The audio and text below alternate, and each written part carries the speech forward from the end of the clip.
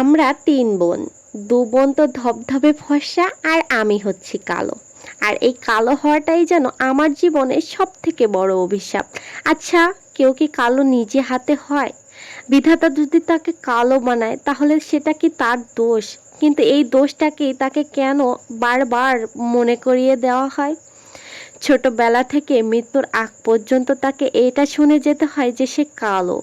আসসালামু আলাইকুম, welcome to my another new video. একটা মেয়ে যে কিনা ছোটবেলা থেকে এটা শুনতে শুনতে বড় হয়েছে যে সে কালো, তার মেন্টালিটিটা আসলে কেমন হতে পারে? সে কি একটা সময় মানসিক রোগী হয়ে যাবে না? এটা ভাবতে ভাবতে যে বিধাতা তাকে কেন কালো বানাইলো।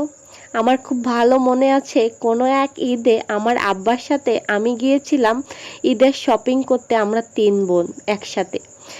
তখন আমার একটি সাদা জামা অনেক বেশি পছন্দ হয়েছিল। পাশ থেকে কেউ একজন বলে উঠল, কাকের গলায় মুক্তোর মালা। ছোটবেলায় হয়তো বা এই কথাটার মানে আমি খুব একটা বুঝতে পারিনি, কিন্তু এখন যখন বড় হয়েছি তখন তো এই কথাগুলো আমি খুব ভালোভাবেই বুঝতে পারি, তাই না? ছোটবেলা পার করলাম, স্কুলে গেলাম, সেখানেও আমাকে প্রতিনিয়ত এটাই শুনতে হতো যে আমি কালো। স্কুল পেরিয়ে কলেজে উঠলাম, সেখানেও আমাকে এটাই শুনতে হতো যে আমি কালো। স্কুল হোক বা কলেজ, আমি কারো সঙ্গ কখনোই পাইনি, কারণ আমি দেখতে খারাপ। কেউ আমার সাথে বন্ধুত্ব করতো না। স্কুলটা তো সেভাবেই কেটে গিয়েছিল, আমি কোনো ফাংশনেও নাম দিতে পারতাম না, কেউ আমার নামটা নিত না।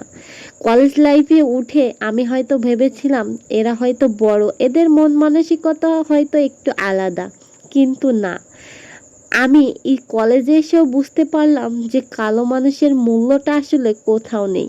এরা কাউকে কখনো ভালোবাসতে পারবে না, কারো বাবা মায়ের ভালো সন্তান হতে পারবে না, পরিবারের একজন ভালো সদস্যও হতে পারবে না। এদের মান সম্মান বলতে আসলে কিছুই নেই, কারণ এরা যে কালো।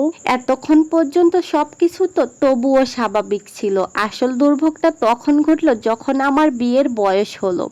পাত্রপক্ষ বারবার এসে আমাকে দেখে কালো বলে রিজেক্ট করে চলে যাচ্ছিল। আসলে কালো মেয়েরা বাবাদের বোঝা, এই জন্য আমি তো তাদের মুখের দিকে তাকিয়ে কথাটুকুও বলতে পারছিলাম না। তারা এখন এই বোঝাটাকে কোনোভাবেই ঘাট থেকে নামাতে পারছে না। প্রতিবেশীরা তো এসে অনেক সময় মুখের পারে বলেই ফেলতো যে এর আর কখনো বিয়েই হবে না।